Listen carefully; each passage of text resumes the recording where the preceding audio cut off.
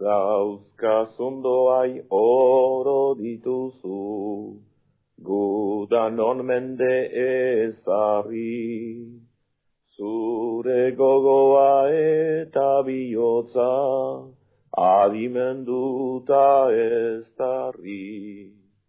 Amodioa eragileta, gizalegea uztarri, begira egon zure eraintzat, ekarri duan uztari.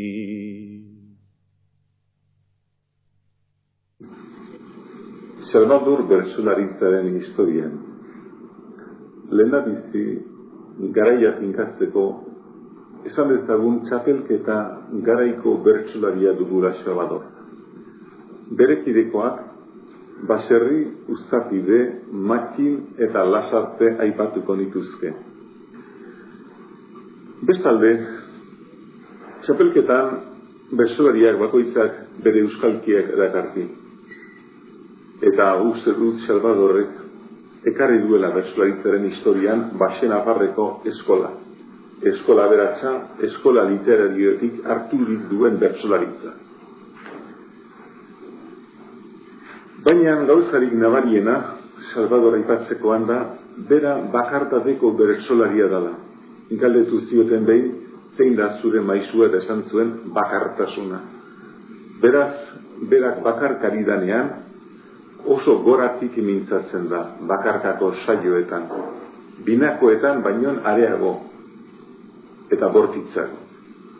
Horregatik, esan dezagun liriko jarrera oso goratik kantatzen duela. Eta gero, lirikotasunaz gainera, berak dramatikotasun handia du bere espresakeretan eta bere gaia emateko eran. Berak sozial maila eta satira baino maiteago zuen usariozko gaietan dramatikotasuna. Horregatik, esan dezadan, toki berezia du oso bertsolarien historian Salvadorren bertsogintzak. Batez ere, bi gauza hauetan jarriko nukenik. Bat batean, ari danean, bat parkako saioetan. Bereak dira onenak, txapelketa giroan ezagutzen ditugun bakarkako saioak. Eta gero, odolaren mintzoa liburua. Liburu bikaina, liburu ederra. Maizuen artean maizu. Konpara daiteke, Bilintzekin, edo Senpelar, edo Zainurekin, edo Txirrita, edo Baserrirekin, hau da, gure bertsolaritzaren historian ezagutu ditugun liburu aberatzenekin eta onenekin. Gailurra eta maizua da bertso jartzen gure Salvador.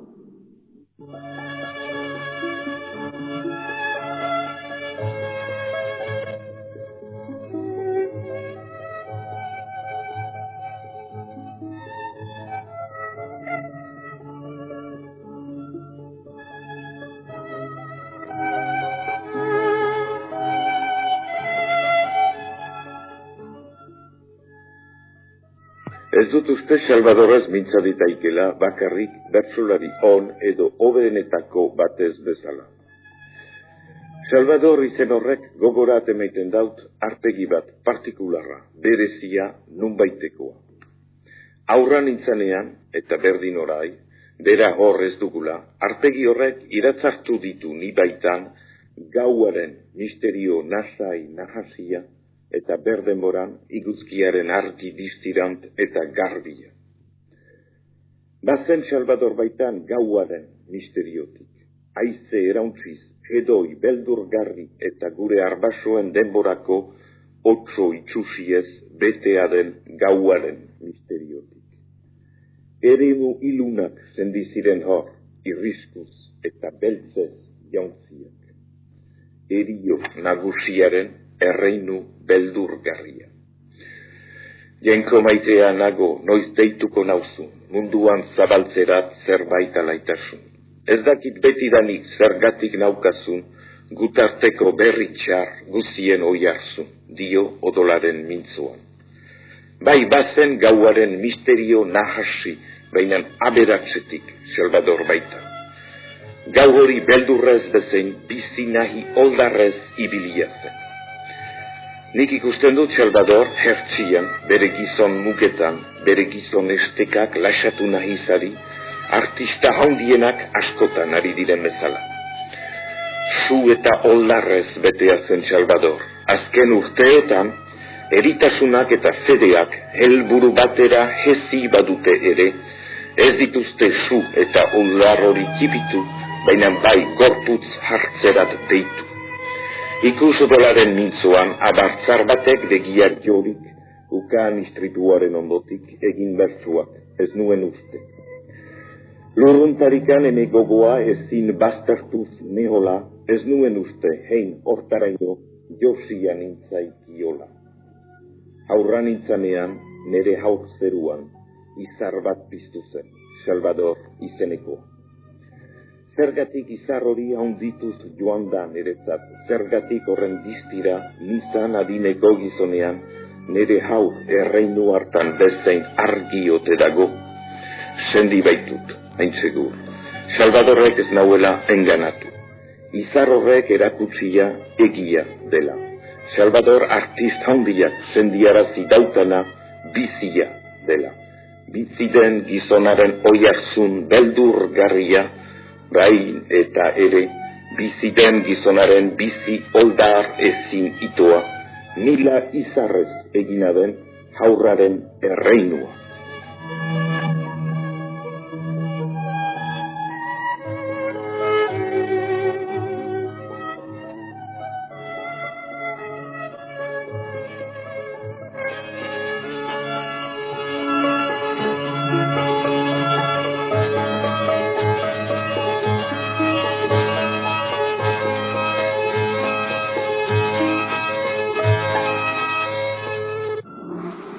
Salvadorrek zer utzi digun bertsolaritzaren historia ez da gauza erresa gaur erabakitzen. Hala ere esan dezakegu guretzat gai klasikoak erabili zituela beti. Gai klasikoak jangoikoa, maitasuna, herria eta heriotza. Horiek dira gai klasikoak euskal bertsolaritzaren prezeptiban. Baina eman du herri kultura hitz poetikoz. Ikus molde bat dago, eta ikus molde herrikoia Salvadorrek eman du. Herrikoia gaina gaurkotasunez emana du.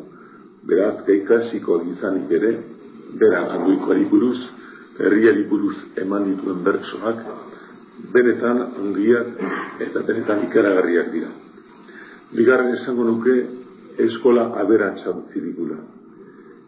Esan dut euskalki literario baten oihartzuna dakarrela.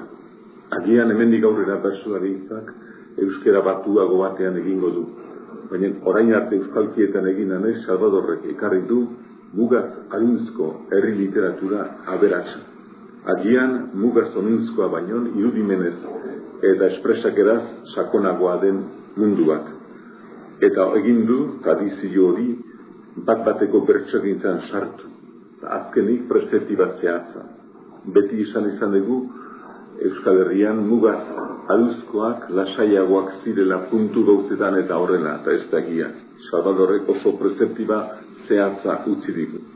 Horregatik Salvador niretzat bertsolaritzaren historian hizkuntza berri baten hasiera da. Eta gaurko bertsolaritza berriak baserritik onuntz egin duen aurrerapidean beharrezkoa da Salvadorren aportapena ikus dezagun.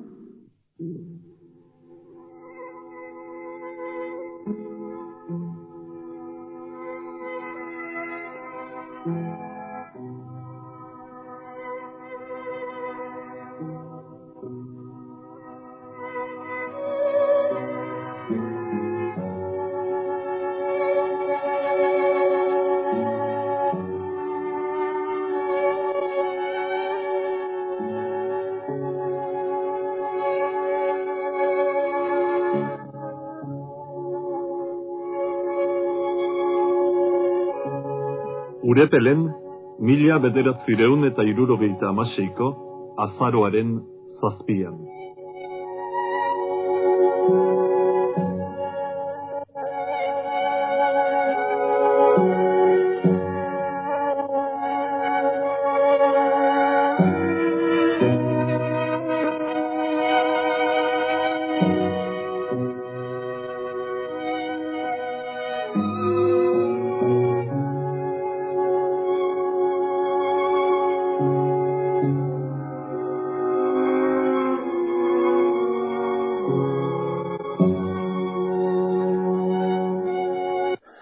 bazkaldu genduen, eta bazkalondoan atera, eta joan ginen jaialdia egin behar zan lekura.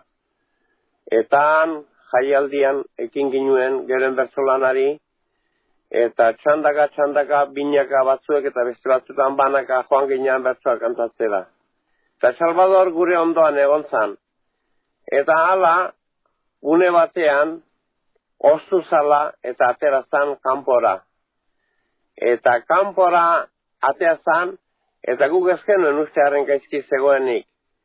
Eta han geunden gu jaialdia bukatu zanean, han jendearekin izketan, eta hala esan zidan emakume batek, zu laskau txiki, Salvador oso gaizki da, Salvador hiltzen dago, eta nik esan nion, ezin liteke, gurekin joan txezanta, bai, eta hala joan izan, han herriko eskolako kuarto edo gela bazala esan zuten, eta hala joan izan, eta han zegon, etzan da, eta bazituen bere seme alabak ondoan, eta labegeri ere orain hilda da, baino artean bizi zan, eta labegeri medikuak esan zidan bai, orain zen hilda, eta bere Andreak hartzen zuen, eta esate zion, Fernando, baina ez da posible, eta hartuta jasotzen zuen, eta hala, ateran izan kanpora.